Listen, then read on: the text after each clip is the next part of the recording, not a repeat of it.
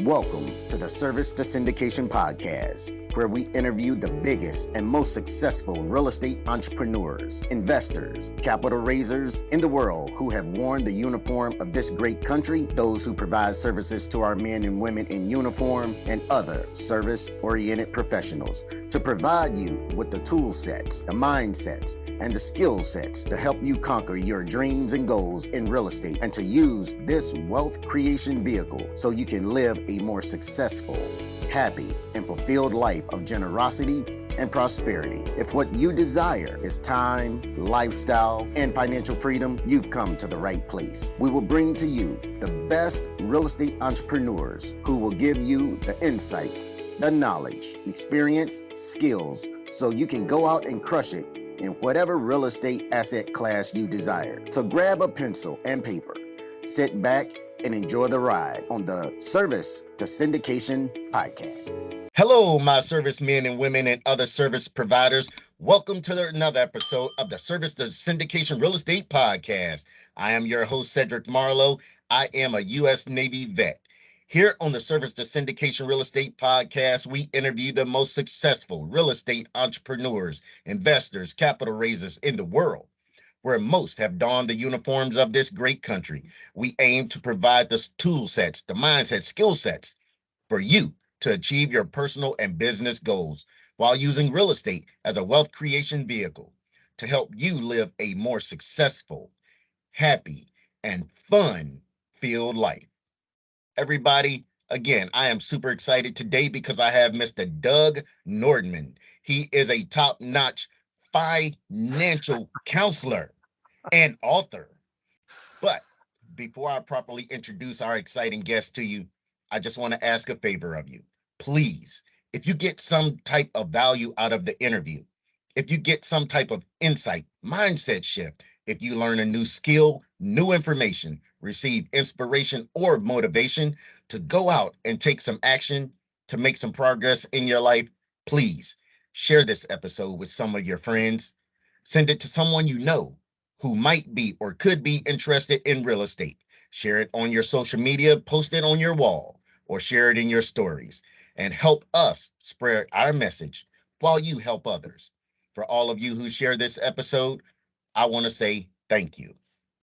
Again, everyone, I have Mr. Doug Nordman. He served for 20 years of active duty in the United States Navy submarine force and retired in 2002 at the age of 41. He and his spouse, a retired Navy reservist, reached financial independence in 1999 on a high savings rate. They lived in Hawaii for over 30 years, and their daughter Carol was born and raised in Oahu. These days, Doug enjoys surfing, slow travel, writing, public speaking, reading, home improvement, personal finance conferences, and more surfing. Right. He's the author of the Military Guide to Financial Independence and Retirement and founder of the militaryguide.com. With his daughter, Carol Pittner, he's the co-author of Raising Your Money, Savvy Family for Next Generation Financial Independence through Choose FI Media. Military personnel finance is an important family topic, almost as important as surfing to Doug. Doug donates all of his writing and speaking revenue to military friendly charities. All right, all right. That is a mouthful. So welcome, Doug. Thank you, Cedric. I enjoyed your premiere episode with David Perret. He was stationed out here before he went into the reserves, and we had a lot of good time surfing together. Oh wow, wow. You know what? I don't think he ever told me that he was out there in Hawaii. Oh my goodness. And he definitely Oh never yeah. told me about surfing. That's for certain. No, Oh he my was at goodness. a point where his real estate career and his surfing skills were beginning to interfere with his military career. Or maybe I have that backwards. His military career was beginning to interfere with everything else, and that's why he went into the reserves. Yeah. Yeah. Oh man, that was a great interview. That definitely was a very great interview. And so Doug, the first thing that I like to do with my guests is ask them to walk us through their usually real estate journey, but I'm going to ask you, walk us through your financial journey in 75 seconds or less. Well, go ahead and start the stopwatch. I started my Navy career in the 1980s and 1990s. And back then, you bought a house at every duty station because real estate always went up. And of course, I'm being sarcastic when I say that. But eventually, my spouse and I moved from our duty stations overseas on the East Coast through across the country and ended up out in Pearl Harbor. And out here, again, we were following that attitude of buying a house at every duty station. And so we bought a house here. During that entire time, the 80s and the 90s, I refer to this as the era of financial independence that you did with clay tablets and wooden styluses and smoke signals. We knew that we wanted to have a transition fund for our next career after the military. I was perpetually looking at my next obligation and thinking, this time I'm really going to get out. This time I really mean it. It never worked out that way, but you wanted to have a transition fund. And so we kept up a high savings rate. She and I were both active duty for almost all of 20 years. She went to the reserves near the end of the second decade. I managed to finish out 20 years.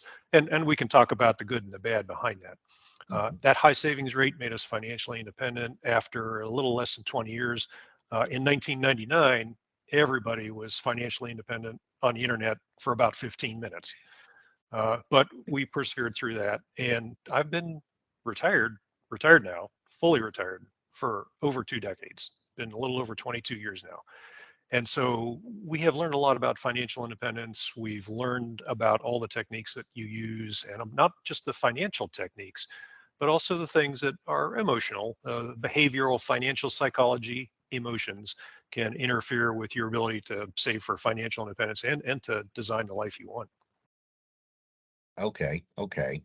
So you're a coach, real estate investor, sort of, and Sort of. we can talk about that a little bit. Writer, blogger, surfer, and let's not forget the most important job, being a husband and father. Where do you find the time? Well, yeah, exactly. The phrase that I hear all the time is, "What do you do all day?" I mean, you're retired. You have 168 hours a week to do whatever you want to do. Clearly, you can't possibly think of things to keep yourself happy and occupied. And the answer is, of course, I can. And I still occasionally suck at my time management, right? But being a good spouse, being a good parent, and also now being a grandparent. We've got a 4-year-old toddler. Congrats. That's Thank you. She's everything we warned her mother about for many, many years, right? She's one chip off the old family block. Talk about multi-generational karma. It's got a wicked backlash. I mean, she's a wonderful granddaughter, but you understand. Anyway, we have been enjoying life with surfing and all the other activities and interests that I've just been pursuing over the last 20 years. And part of that is parenting. You're busy with parenting. Part of that is you have obligations or commitments you've picked up along the way that you want to finish out. And we can talk about that with rental properties. Also, you're pursuing interests. And one of the things that has become much more interesting to me, other than being personally involved in real estate, is, as you know, syndications and a little different way to get involved in real estate without having to become a landlord of many, many properties. So we've a little at a time, every few years, we redesign our lives, think about what we want to do differently. When you become parents, that's one obligation. When you become empty nesters, well, that's just like a second childhood. Only this time you have more money and more liberty. And it's been a way of enjoying life and finding out how we want to age. I will say that having control over my time, having financial independence has been wonderful for all the curveballs that life has thrown you and for all the opportunities that life has shown to us.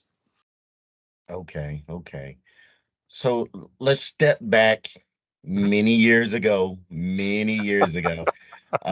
Hey, it's many years ago for me at this point. So, what prompted you to join the military? That was being 17 years old and full of hormones. That pretty much explains it all. But what was happening was I was spending time in high school with my best friend, and his older brother was a midshipman at the Naval Academy. I've since forgiven him for this, but at the time he made it look awesome. And the reason was the only time I saw Midshipman Hovland was when he was at home on leave.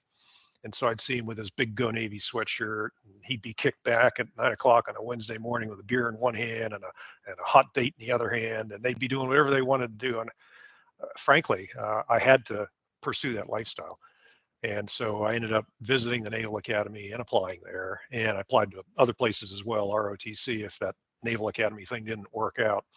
I went there. It was an irresistible challenge. I will say that I had some difficulty with authority, challenging authority, truth to power, the typical teenage issues. We worked through those through many restriction musters and many other conduct opportunities that I just passed by. Anyway, I finally got through there. It was one of those careers, one of those colleges where you felt like quitting every day. And the next morning you got up and said, well, I'll quit tomorrow. And 1,400 days later, they graduated me and forced me to go out. I was also back in an era when we were very shorthanded in the submarine force for the Cold War 600 ship Navy. And so I did not appreciate this at the time, but I was marked very early in my time there to be a candidate. We talk about being voluntold for the submarine force, and that's how I ended up in submarines for 20 years. Luckily, I enjoyed it. I was pursuing that anyway. I did not realize I had no choice. So it was a good career, and I really loved the actual mechanics of being on a submarine, the submarine lifestyle, learning how to do my job. Until we started our family, right? Yeah. And once that happens, once you started your family, things become unpredictable. And I was not ready for the way that completely realigned my priorities. Instead of spending 50 or 60 hours a week on the submarine or deploying for 6 months doing things that we do not discuss, Mm-hmm. I wanted to spend more time at home watching my baby daughter boot up her brain and her muscles and grow up. And that was a fundamental time conflict. And at the time, 10 years into my career, I did not realize that my career was about to go off track. But at that point, I was totally ignorant about alternatives. And when I say ignorant about alternatives, I mean I was afraid to leave active duty for the reserves. I was afraid to start a side hustle career. I was even afraid to invest in real estate. It hadn't really worked out that well, that buying a home at each duty station, we'd had some losses and some wins, and we'd ended up about even. And so out of that ignorance and quite frankly fear and chronic fatigue, because you're working a full-time job and being a full-time parent, Mm-hmm. we really did not have enough time to look at all those alternatives and make an informed decision. And the default becomes what I call gutting it out to 20, being afraid to leave active duty, being afraid to give up that pension and all those righteous military benefits. Yeah. And I today have a much more nuanced perspective on that decision. And so I do spend a lot of time explaining to people that you do not have to stay on active duty just because that's the most comfortable thing, the most default thing to do. We all know now we all have tremendous human capital. And if we're going to be successful in the military, we are certainly going to be successful in the things we pursue outside the military. Yeah. 100% agree with you on that. Definitely. So, what was your job, excuse me, job classification there on the sub? Oh, well, it's the typical nuclear power pipeline for submarine officers. You start out in engineering and you learn to become a watchstander, and you lead a small team of engineering watchstanders. And then after you learn how to run what we joke about it being the back end of the boat, now you come up forward and learn how to run the front end of the boat as off the deck, and you've got another small team to take care of when you're watchstanding. And you have a duty. Mine ended up being what on the submarine we call damage control assistant. And every submarine veteran out there right now just winced and looked away from the camera. But that means that you learn a lot about how to run a submarine, how to run a team of people, how to keep things working. As one example of the glamorous lifestyle of the damage control assistant, I'll say that our division of 15 to 19 people, we were responsible, among other things, for all the toilets on the boat.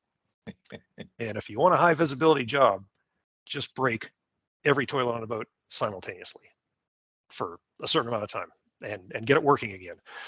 But to skip over that, my second submarine, I went to shore duty after my first submarine and got a graduate degree in weapons engineering. And you'll be amazed to hear that because I had a degree in weapons engineering, that in my next sea duty job, I was appointed as the weapons officer. This almost never works in military assignments, but that's the way it worked out for me. And that was in Pearl Harbor. My Okay. spouse and I were there for co-location to be both on active duty on the same place at the same time. And when you find one of those in the military as a dual military couple, you stay put.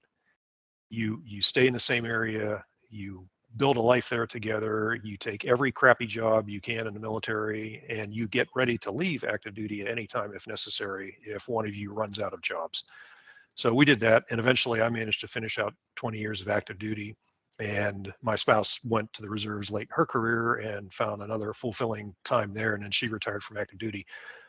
It all looks as if the whole thing led to happily ever after. We did not start her pension until a couple of years ago. My pension immediately started in 2002. But many people look at your success today as you're probably finding out for yourself. Everybody looks at how successful you are and say, "Oh yeah, that was preordained. Anybody could see how that would work. Whatever you did, anybody could see how that was going to make you rich and famous and handsome." And of course, you and I know that many people are looking at the end of the reel of the movie at the credits rolling by, and everybody Yep. misses what went on in the first couple of reels of the movie. That's right. I Yep. totally agree. Yeah. Um, so let me say this about the submarine. So as I mentioned, I was in the Navy. I'm a Navy. I'm a sailor. I still like to say I'm a sailor. Right. Um, so I remember where was I at? So when I joined the Navy, I came in as an undesignated fireman, which means I Ooh, didn't have a old. rating. Yeah, yeah. So I didn't have a rating or anything like that. And so there was I can't remember what the school was called. Not AIT, that's Army, Yeah. but I can't think of what it was called. But anyway, I went there to the school. It was a 3-week course to, basically teach you how to be a fireman and different jobs and responsibilities you would have. But anyway, I never forgot to ask whoever was in charge of us, like, hey, will I be on the sub? I was like, and they were like, do you want to be on the sub? I was like, no, no, no. That was the main thing.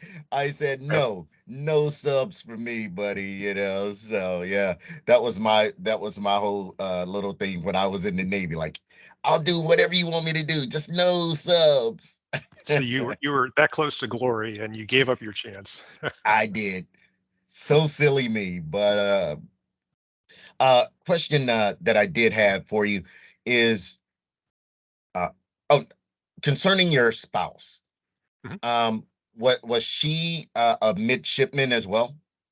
Oh yes, yes. Uh, And so she and I were a year apart at the Naval Academy, okay. and she joined the part of the Navy that does meteorology and oceanography, METOC, and did that career. And then when she went into the reserves, she was working, since we're in Hawaii, she was working with the what we call now Indo-PACOM, the Pacific Command headquarters for all the military in the Pacific. And she worked there with the reserve unit for several years. And then at the end of her reserve career, she had a job in emergency planning and disaster recovery, also associated with the Navy and with civil defense, FEMA, Homeland Security, those agencies. Yeah. And so those are the kinds of careers that you can get into once you leave active duty. It's hard to imagine all those opportunities opening up.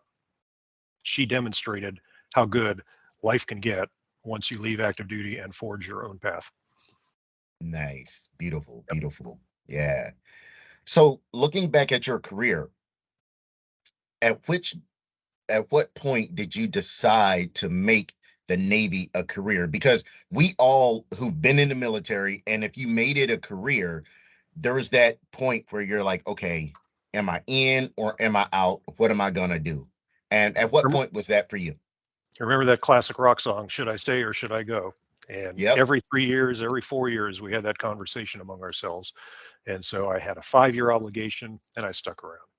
And then I picked up a 4 year obligation and I served them long enough to get through that 4 year obligation. And then we started a family. So I stuck around. And then I stuck it out at a Pearl Harbor tour to make sure we were co located. And then we ran out of jobs in Pearl Harbor. My spouse found a job in San Diego. So I followed and went to San Diego, and I stayed on active duty to keep us co-located in San Diego. And also, life did not suck. I had a training command in San Diego, and it was pretty good. Then we managed to get ourselves back to Pearl Harbor. And by that point, I was right around 15 years, a little after 15 years. And again, I was at a training command, and she was at a good command, and life did not suck. And so we, at that point, at some point in your career between 10 and 15 years, you say, unless somebody really makes life much more miserable than it already might be, I'm going to stay till 20.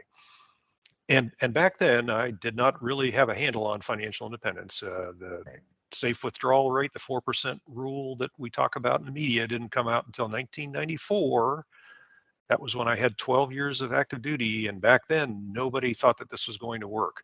And other studies started following. But again, everyone would be greeted with skepticism because here's a new idea. Let's see how it works out. And that was not the way to plan your life by saying, oh, I'm going to do this newfangled financial independence thing. We'll just see how it works out. Instead, you stay on active duty until you feel like you have figured out a transition plan, found something else you want to do. And in my case, that was always, and a lot of it was based in fear and ignorance and chronic fatigue. I did not do a good job of exploring my options. And so it becomes the default to stay on active duty. Now, when my spouse went to the reserves, that was a completely different situation for her. She had been given that unrefusable offer from the Navy's Bureau of Personnel, and she declined.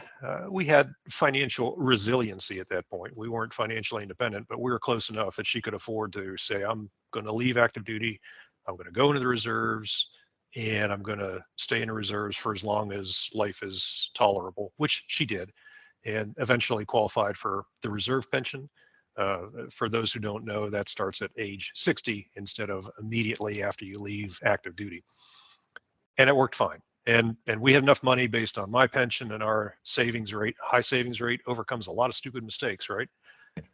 And we had enough money to reach financial independence in 1999. And even though there was an internet recession after that, even after 9/11, we were still financially independent. Those were some tense times. You know, people say, "Oh, were you worried about being financial independent?" And I said, "No, I wasn't worried about that. I was worried about being stop lost, extended on active duty, and deployed to a combat zone." Oh, by the way, we did manage to stay financially independent until retiring in 2002. And so we had the margin, we had the numbers. It looked like it was all going to work. And that's what really makes you feel confident, is doing all the math, doing all the analysis, but still getting comfortable. That's an emotion. That's not math and logic. We are not Vulcan, Star Trek, mind meld people like Commander Spock. We are emotionally driven, and you can overcome a lot of mistakes with a high savings rate, but it's very difficult to overcome the emotions. And it's very easy to fall into that trap of saying, well, I'll just stay one more year.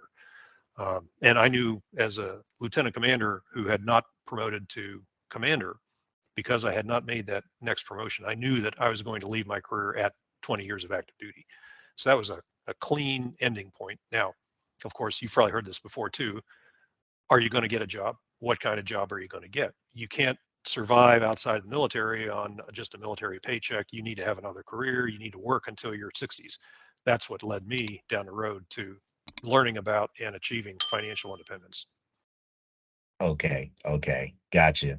So, Hey, thank you for tuning in to the Service to Syndication Podcast. If you are a military service man or woman, government employee, or any other service-related professional, this is for you. I once was where you are. As a service member, I lived paycheck to paycheck. As a government employee, I knew there was more out there for me. I tried all the get-rich-quick schemes. None of them worked. Then a friend of mine introduced me to real estate investing. I am a commercial multifamily syndicator who helps those who have served in the military and those who provide services to our men and women in uniform and other service-oriented professionals achieve their time, lifestyle, and financial freedom by investing passively into multifamily real estate. If you know that this life has more in store for you, I invite you to tune into the Service to Syndication Podcast to learn the tools,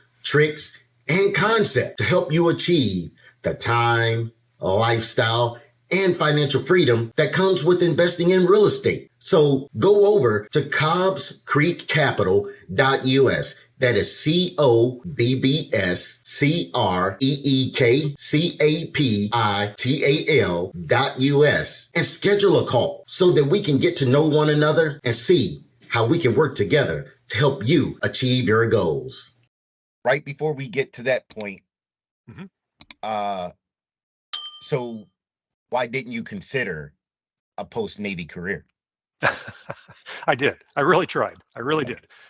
Two things. The first one was in the late 1990s. I was about 15, 14 years of service. My father came out to visit because we had just started our family and made him a grandfather. And we were talking. And back then, I don't know if you went through this, I certainly did, where you had to fill out interest surveys and skills assessments, and you're reading all the transition books, and you're going to those seminars once in a while in person, not online, because the World Wide Web had not yet really gotten started. And I kept hearing that I was going to make an excellent nuclear engineer or a middle level manager. And I've been doing it for a decade, 15 years by then. And I was complaining to my father about this as we were driving around one day in beautiful downtown Honolulu, sunshine, surf, all the things to do besides go to work in an office building. And he looked at me and he said, "You've been in the Navy for a while. Have you managed to save any money?" And I said, we're doing good. Yeah, we've been saving a lot. And he said, "Well, if you can save enough money, then why would you want to have a job?" And that was the first time in my life. Now for those of you who remember that old TV show, that 70s show with Red Foreman, the father looking at his son, that was the kind of look my father gave me. That one step short of a "you dumbass." But that was my first epiphany that I could actually save enough money that my spouse and I could reach financial independence, and that we did not have to immediately jump into a bridge career. And when I left active duty, I got several job offers, surprisingly, because I did not fill out a resume. I didn't use LinkedIn. I didn't network. I didn't do any of that stuff because I was enjoying life as a parent, recovering from burnout, catching up on chronic fatigue, and just generally letting my head clear. Mhm. And yet still getting employment offers. Again, that's when I say that we have tremendous human capital. We might not know what we're going to do with it, but everybody else around us that knows anything about us can see our human capital potential and can think of things that they would like us to do with them or for them. So even though that was available to me, that's why I did not pursue a job, is because we were financially independent. Life was good. I was learning how to surf. I was busy parenting, and suddenly the script writes itself and 10 years go by. Okay. So let's turn over to your real estate right now. Tell us a little bit about your real estate portfolio. It's a very small real estate portfolio. In the year we moved to Oahu, 1989, again, that attitude of buy a home at every duty station because real estate always goes up. I prowled all over the island. I literally looked at 50 homes in a week-long period. I managed to do a lot of driving and a lot of quick hits and looking at the multiple listing service and the newspaper advertising. Okay. And we found the only home we could afford, and it was in rough shape. It was at the time a decade old, but it had tenants in it almost the entire time. It had been ridden hard and not maintained well. And of course, what we were buying was a diamond in the rough. It was a horrible property to have in horrible condition, but it had a great floor plan and a good location in an up and coming neighborhood. And so that was the only thing we could afford. And we gathered all our quarters out of the sofa cushions and bought it, and heavily mortgaged. And when we bought it, then we began a lifelong hobby of sweat equity. Now, we had done sweat equity in other homes before then, but this was a master class in self-tutored home improvement. And over the years, we worked that up and made it a nice, decent location with good property into a wonderful home. That was 1989, all the way till when I was getting ready to retire. And as we approached the year 2000, as our daughter approached her beginning of middle school, we were in a good school district, but the middle school and the high school had a tough commute. You had to spend 20 minutes, half an hour on a school bus. And it was tough for parents too, and tough for after school activities. And we were right next to, I mean, we were literally like 100 yards away from the boundary line from the next school district. Okay. And so we were looking in that town, and we managed to find another home up there. And from 1990 to the year 2000, Hawaii went through a decade-long real estate recession.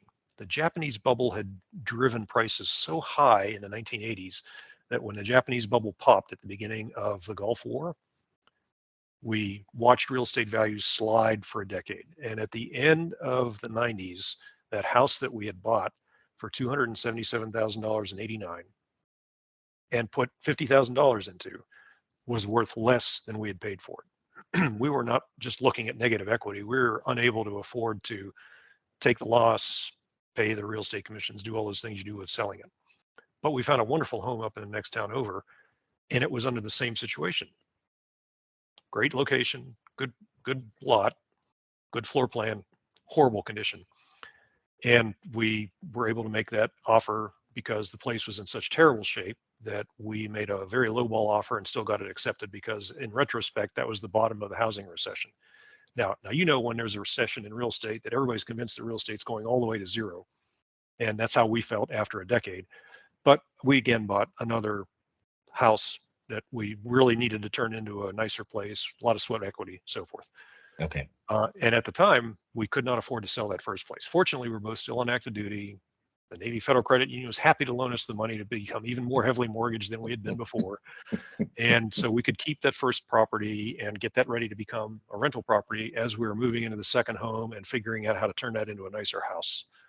And we continued juggling like that for the next decade, actually about 14 years. Only recently has that house begun to regularly, confidently cash flow. And when I say cash flow, I mean, in Hawaii, the cap rate on a house is, if you're doing good, 2 to 3%, maybe 4%. There are no double-digit cap rates around here. There never will be. There never were. Maybe rehabbing a meth lab, you would get 6 or 7 or 8%. Yeah, I mean, and there are people here that make money in real estate, and they are earning it. They are working hard for it, and it can be done. And I have more suggestions on that if people have questions. But the point is that you will never make yourself rich on a cap rate of a Hawaii house unless you're very skilled at rehabbing and then good with tenants or multifamily, of course. So we end up having that still today. My spouse enjoys landlording. For me, the novelty's worn a little thin. On a tax perspective, we've already depreciated that property for 25 years out of 27 and a half years, right? Mm-hmm. And so I'm watching the taxes. I'm watching what's going to happen when we finally run out of that last little bit of depreciation. We've got a cap rate of 3 to 4% in most years. When CD rates are low, we look pretty smart. When CD rates are 5, 6%, we look like idiots for being landlords. But she enjoys what she's doing. My daughter and our son-in-law and our granddaughter are moving back to the islands next year. And so maybe they're interested in a real estate career. We'll see how that works out. Right now, my spouse is doing 99% of the landlording and the property management, everything, and she's doing a wonderful job of it. Mm-hmm. I only get called in for casualty assistance and for hauling heavy objects, and that's about it. And so, we've worked out a compromise. I'm good with it. She loves what she's doing, and we'll continue to do that as long as we can. Okay. All right. So, because how, being a financial, you know, coach, um, you know, an expert, as I'll call it, I'll say it myself, Experienced. experienced. Why not venture further into real estate? Because for the most part, as we all know, over an extended period of time, the value in real estate continues to climb. There's always the little dip, but for the most part. And why not continue to venture into real estate? Part of that was a lack of time, right? In the late 90s, early 2000s, we were juggling and scrambling to keep up with everything and doing the best we could. And then later on, as the internet and as the web grew and more investing opportunities became available, it took a long time to appreciate that eventually, instead of having to buy a 2 or 3% cap rate property on Oahu, we could invest in Cleveland or Tulsa, Oklahoma, or El Cajon in San Diego, and it was a very late epiphany for me to learn about that. And I'd say, in fact, that Bigger Pockets had probably been around for 3 or 4 years before I began to understand from financial conferences that there was this way to invest in real estate as a remote landlord, which happens almost all the time to military families eventually, right? But it made much more sense to invest where the cap rates are, where the bargains are, where the opportunities are, than to just invest in your zip code because you happen to live there. We were late to understand that. Now, if that had been around 20 years ago, or if I had started doing my career 20 years later, maybe things would have been different. I would have been interested in real estate just as an alternative to working a 60-hour week for the submarine force. I'd rather work 80 hours a week as a landlord, as we talk about the glamorous landlording lifestyle. And I also, by 2007, 2008, I had become an accredited investor and started learning about angel investing. That was a tremendous distraction. I enjoyed everything I learned from a decade of angel investing, but I did not necessarily see how that translated into real estate investing, right? Syndications. Today, 2023, I'm in my 60s. I'm finally beginning to appreciate real estate syndications. And I understand the due diligence, which looks a lot like angel investing. I understand working with the general partners, which is a lot like working with startup founders from a new company. And I understand all the opportunities as well as the risks, the surprises, the meteor strike extinction events, all the risks of syndications.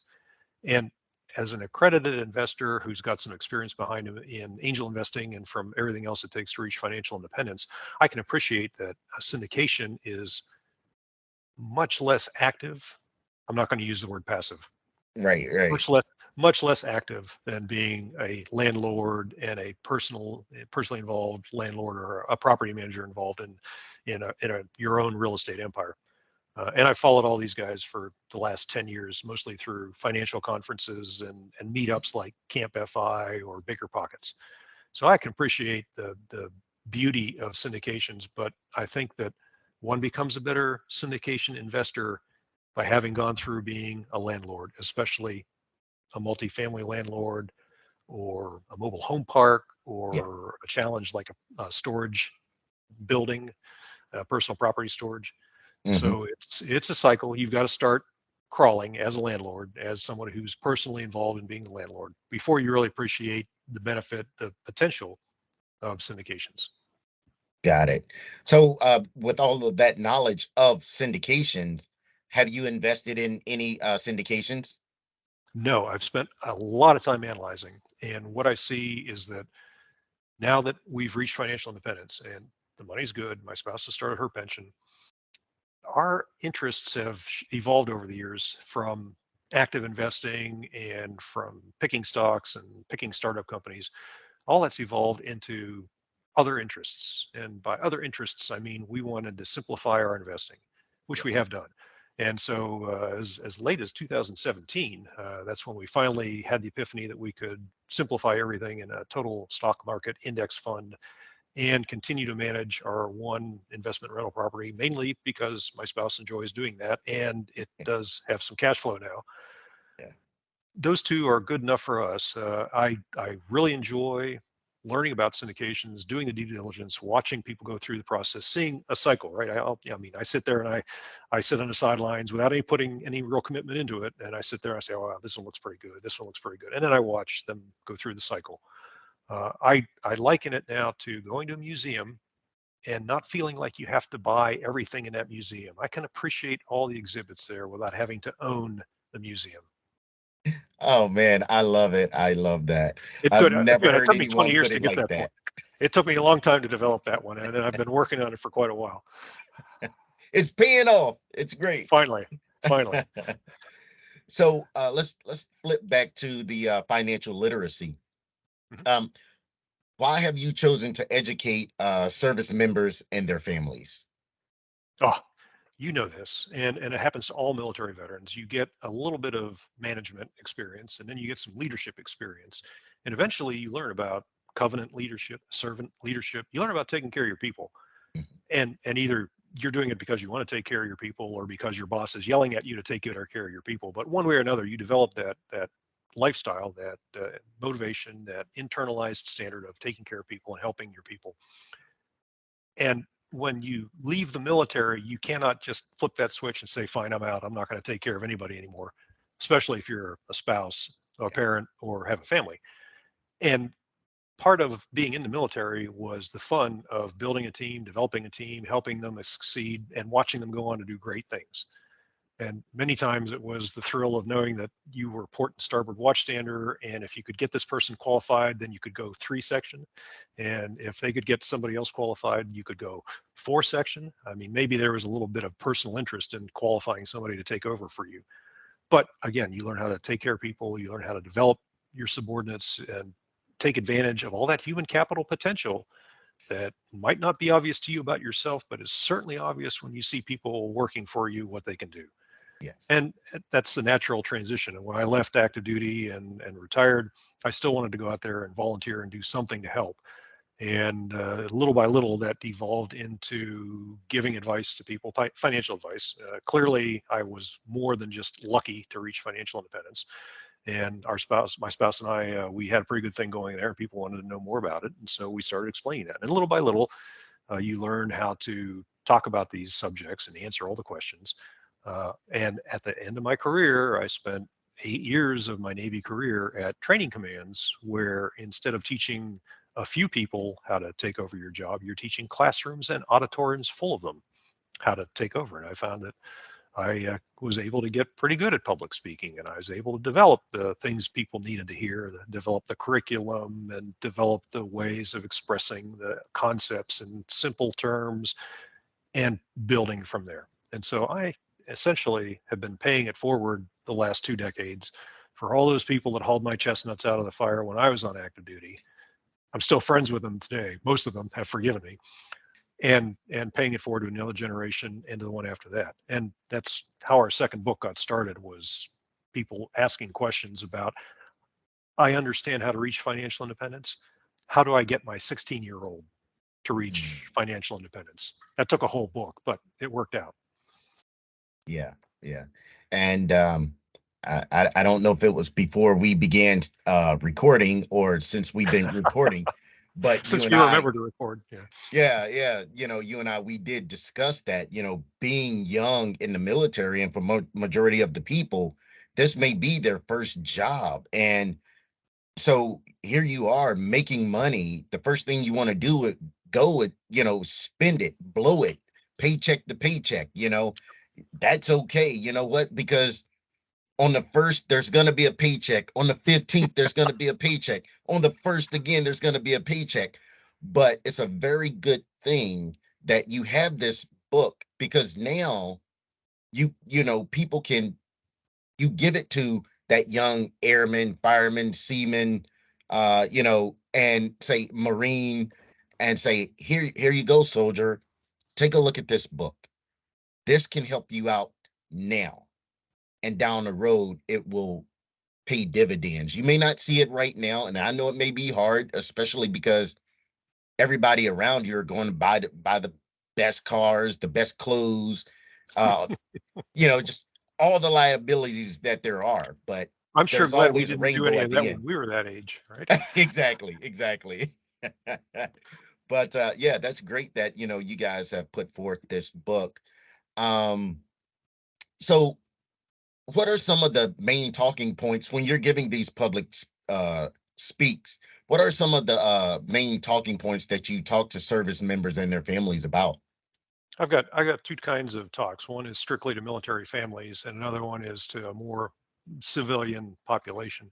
Okay. And with military families, I start off and I say, I am not a member of the command retention team. I am not here to encourage you to stay in the military. I'm here to show you how to get out. And now that I have your attention, and then we can start talking about financial literacy. And keep in mind, I'm only planting a seed. And I tell people, I say, look, if you're tired, just keep that piece of paper I handed out to you, but put your head down and catch a nap while I'm talking, because all I'm trying to do is plant a seed today, and it's all on this piece of paper that I've handed out to you at the very beginning of the talk. And I tell people, I'm only going to talk for 25 minutes, and then you're going to ask me questions, and I'll stay here and answer questions as long as you have more questions. And that model in a military audience, I mean, you're a hero. It works out great. Everybody loves knowing that you're only going to talk for 25 minutes, just from right from the start. Yeah. When I'm talking with a civilian audience, it's a very similar discussion of, I know that you're successful in your career, but you might not like your job, or you're discovering conflicts of your work-life balance and you want something better. And let me show you how this starts. And I'll say again, most of you are not ready to hear this. Most of you will continue on doing all the things that I did when I was your age. And I have learned from those experiences. I am not super smart. I am super experienced. And again, here's a piece of paper, because as you know, PowerPoint makes us stupid. And so I would rather have a piece of paper that you can come back and refer to anyway. Everything in my book is on my blog. I'll say that to the audience. And I'm always available as long as I'm doing podcasts and writing blog posts to offer answers to your questions. And then I talk about the simple things. The simple step: track your expenses, right? Know where the money goes. And then cut out the waste. That's step 2 of 3. Step 2 is cut out the waste. And by waste, I mean stuff that you feel does not bring value to your life. I don't know what waste is to you, but you'll find it when you see it. And so when people know that they have that agency, that control over deciding how they want to spend their money, and they're already tracking it, then after a few months, they're able to start generating a savings rate, right? Your checking account suddenly has $5 left over on the morning of payday, which might be unique to some of the members of the military. And from there on, you're going to start building savings, and then you're going to learn to invest. And so it's just planting that seed with those 3 basic steps. And then we start talking about investing. And later on, I tell people, take the military one obligation at a time.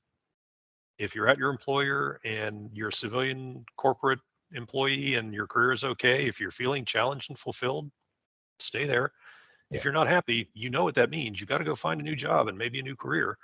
I tell people in the military, one obligation at a time. If you're not happy, then that means that you shouldn't gut it out to 20. You should leave active duty for the reserves of the National Guard. And then I describe what our experiences were going through that transition and how they can also exploit their incredible human capital potential. Okay. Good. So, how often are you asked to speak at military installations?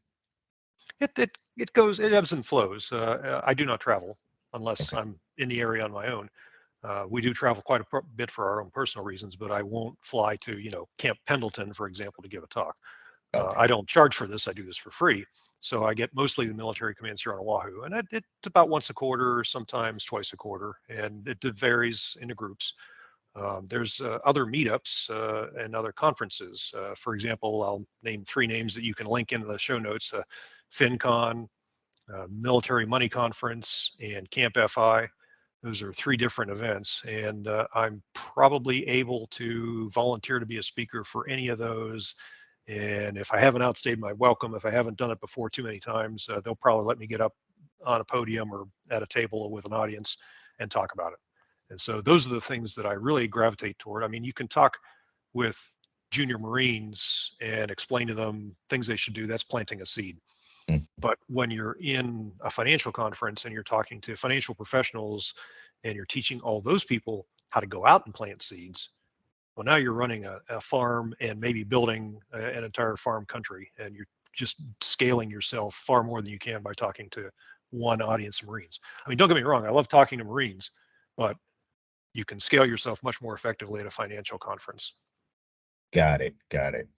Uh, yeah, just one other question. Is it harder to get the younger service members to buy into your education? Absolutely. They're not ready, right? I'll give you another analogy. I know I sound like I'm picking on Marines, but this was a coincidence that worked out very well. I had a service member contact me and say he had some questions about this financial independence stuff. When we met up at a coffee shop, he showed up with a spreadsheet that had about 20 tabs on it.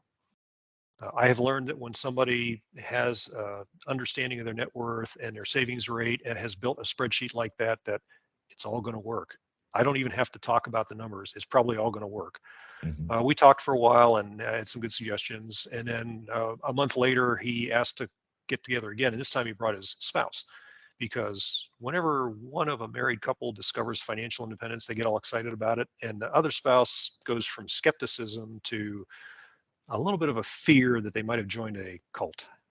And so when you have that second meeting with somebody and they bring their spouse, that's really just to check out what kind of Kool-Aid you're drinking and how strong the cult is and whether this is really multi-level marketing or how this is going to work. I passed that test. We had a good talk and everybody, they were on board. It worked out fine. She was just a little skeptical. Yeah. It turned out he was the the battalion commander of a Marine Corps unit, which hadn't come up during our discussions, but he wanted me to come back and talk to his Marines. So the first group I talked to was the junior officers who, as you know, are aware that they can do other stuff outside of the Marine Corps. And if life doesn't get better soon, they're going to go do it. And I showed up and explained to them how to do it. And by doing that, I was able to talk to the junior officer Marines who were thinking about getting out. They never had any intention of making a career out of it, nor should they. And I'm also talking to the mid-career 15-year Marines who are wondering if they have what it takes to get to battalion command. And are there any other alternatives? What happens if this doesn't work out? And we addressed all those issues. And that's a lot of hard questions about career, family, lifestyle, financial independence. I got some rave reviews out of that. So the following month, I got invited back to talk to the gunny sergeants. So now you're talking to career enlisted, probably. Right. Little skepticism, not afraid to speak what's on their mind. I love working with the Marine Corps audience. They're so unfiltered. We should have more people in the military like that. And talking to these mid-grade enlisted Marines about how far they had come and what they could do or where else they could go, they understood. And it wasn't me telling them to get out. I'm not going to tell a gunny sergeant he needs to get out. Right. But it was telling him that do what you love as long as you are challenged and fulfilled, and then find the Marine Corps Reserves or even the National Guard or go total civilian or retire. But you have that tremendous human capital. That potential is there. You know it because you've gotten this far in the Marine Corps, and then you can go out and do great things with a job change. And I think that really caught them by surprise because they were expecting, somebody there to talk about retention, which I did not do. That talk with the gunny sergeants got me invited to come back and talk to the, somebody might have used the term teenage knuckleheads, the corporals, the terminal lances. You're familiar with the terminal lance cartoon, perhaps, but people that had never, ever thought they were going to end up in the Marine Corps. And all they wanted to do at this point was to get out before they became staff sergeants, like David Perret did. Right. And again, that was a completely different conversation. That was a whole bunch of planting seeds. That audience, I'd say maybe only one question, maybe two questions from those junior enlisted. But that's what we in the blogging profession call a long tail effect, because those guys have been coming back and talking to me, I'd say 1 or 2 a year for almost 5 years now, because they are ready to learn that when they're 18, 19, 20 years old, they got too many other things going on in their life to pay attention to financial independence. One day they hit rock bottom, or they start a family, or something else comes up in their life, or all three at once. And now they're ready to learn. Now they're ready to discuss it. Nice. And it's great that you're still there to help them out, especially when they get serious. And I think just looking back on my career when I was in the service, those first say 4-5 years, that you're in, Exactly. You're running and gunning, you're young, how to say it, young, dumb, and full of energy. Initiative. Yes. And anyway, but once you hit about that age 25, if you came in at 18, that's when, life starts to, kind of slow down a little bit, get a little serious, realize like, okay, Yep. what am I going to do? What's my next step forward? And it's great to have someone like you there. I know back when it was probably the latter part of my active duty career, when the financial, I can't think of what it was called in the Navy, but they have them on every base, the financial counselor, I guess. Exactly. The But accredited financial counselor, the yeah, AFC. that was it. Yeah. They started to bring those on board at that point.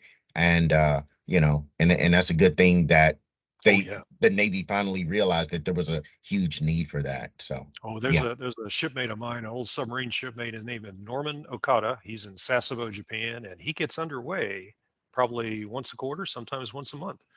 And he jokes he should be getting CPA again because he'll be out there for a week as an accredited financial counselor talking with the crew of a very large ship, usually, right, scale himself, and helping people out. And he loves it.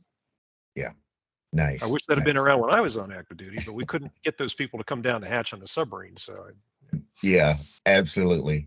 You definitely couldn't get me to go down there.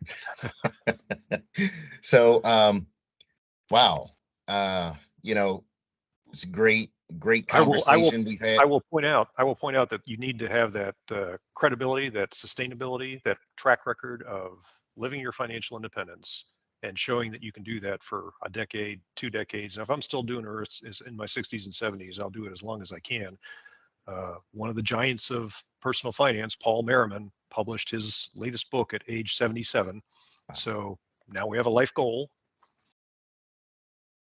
Love it, love it. Well, Doug, it has been a blast having you as our guest today. And as we close out, Uh-huh. please tell our listeners where we can learn more about you, get in touch with you, and learn about all the fabulous things you have going on right now. I'm on Facebook with a public profile, so everybody is welcome to go stalk my Facebook profile and learn all about the fun things you can see and do when you're financially independent. And that's literally my name, Doug Nordman. I've also got the Facebook page on for the actual book, The Military Guide to Financial Independence and Retirement. The blog is militaryfinancialindependence.com, and much of my content that used to be on the old The Military Guide is now on the Military Wallet, which is owned by a friend of mine, and he owned the Military Guide for many years, and I wrote a lot of the material on there. So that's now the Military Wallet. None of my ownership, but my byline is on many of those posts. As far as the books, go to your library. Go to your base library, go to your local public library, look for the name Doug Nordman or Carol Pittner online, and you should be able to find those books in your catalog. And if not, please tell the librarian that you want to buy them for the library. But you'll find them in all three editions, hard copy, ebook, audiobook. And I continue to write. I continue to answer questions. I get many of the same questions over and over and over again. I see that as a chance not just to help somebody, but also personally for me to get a little more practice at answering the question better and for learning material, things I need to know for the next book, for whatever next project is. And so I think I'm going to be writing at least as long as I'm surfing. Maybe one is going to go longer than the other, but I'm having fun with both. I love that, man. I love it. Out there in Oahu, being able to surf, you know, and giving away all of this information for free. It gets no better than that. Just paying it forward, right? Absolutely. So, Doug, again, I want to thank you for your time today and all the wisdom you have provided to my listeners. It's greatly appreciated. And I want to thank you, our fans, for tuning in to another Service to Syndication podcast, where we want to provide value to you and in your investing business. Please tune in to Absolutely. our next episode, where we will interview another fantastic investing professional. See you next time.